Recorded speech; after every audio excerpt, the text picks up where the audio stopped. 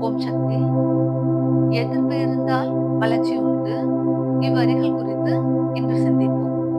ஒரு சிறு கதை ஒன்றை கூறுகிறேன். குருவும் சீடர்களும் ஒரு அடர்ந்த காட்டின் வெளியே செல்ல வேண்டியிருந்தது. தேவையான உணவுப் பொருட்கள், சமைப்பதற்கு தேவையான மளிகை பொருட்கள், மாற்று துணிகள் என சீடர்கள் சுமந்து கொண்டு நடக்கத் தொடங்கினர். ஓரிடத்தில் நீர் ஊற்றிருக்க கண்டு அங்கே சிறு கூடாரம் அமைத்து ஓய்வெடுத்தனர். அனைவரும் களைப்பு மிகுதியால் உறங்கிவிட்டனர். ஒரு சீடன் மட்டும் கையில் அம்போடு கூடாரத்தின் முன் குருவின் கட்டளைப்படி நின்று கொண்டு இருந்தான். நேரம் நடுநிசியை எட்டியது.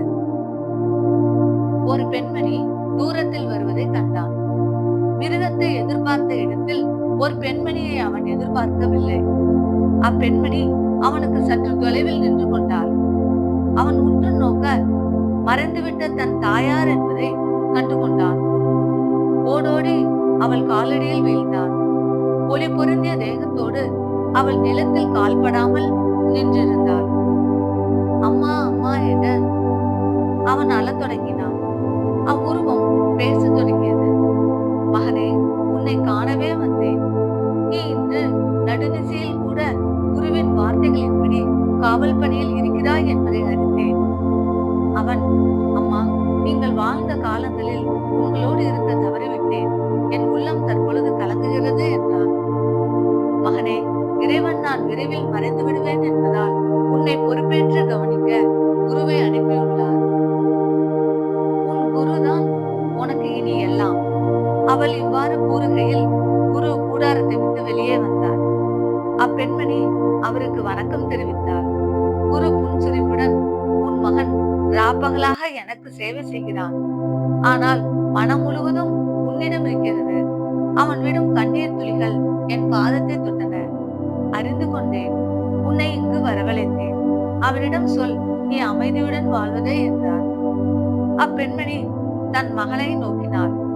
மகனே, இறப்பிற்கு பின் என் ஆன்மா அன்னையை அடைந்தது. பின் நான் உடலற்ற சூக்கும சரீரத்தை பெற்றேன். தற்பொழுது நான் மிகவும் மகிழ்வாக இருக்கிறேன். அடுத்த நிலைகளுக்கு செல்ல பயிற்றுவிக்கப்படுகிறேன். இது போன்றதொரு இன்னொரு உலகத்தில் நான் வாழ்கிறேன். அங்கு அமைதியும் தேவையான வழிகாட்டுதலும் உடனே கிடைத்துவிடும். இறைவனுக்கு அருகாமையில் செல்வதற்கு இன்னும் பல காலம் எனக்கு ஆகும். அதுவரை அங்கே இருப்பேன். பூமியில் வாழ்ந்த நாட்கள் ஒரு கனவு போல. அதிலிருந்து நான் எழுந்து கொண்டேன். நீயும் ஒரு நாள் அவ்வாறு எழுந்து கொள்வாய். வீண் சோகம் எதற்கு? இவ்வாறு அவள் கூறினாள். என்னை உன் மனதிலிருந்து விடுவித்து விடு. இறைவனை எண்ணத் தொடங்கு. குருவை தியான பொருளாக கொள். மெல்ல மாயத்திரைகள் விளங்கத் தொடங்கும்.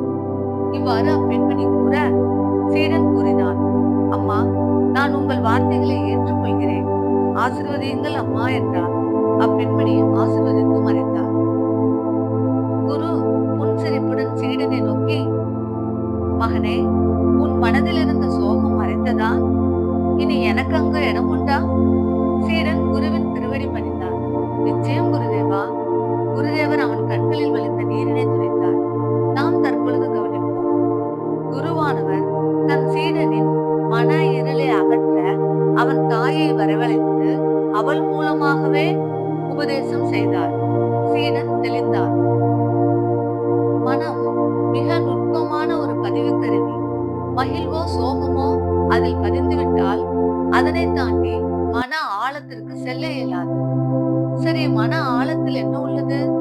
மறைந்திருக்கும், மறைக்கப்பட்டிருக்கும் மனிதனின் ஆற்றல் அங்கே ஒளிவடிவில் இருக்கின்றது. அவ்வொளி பூரணமானது.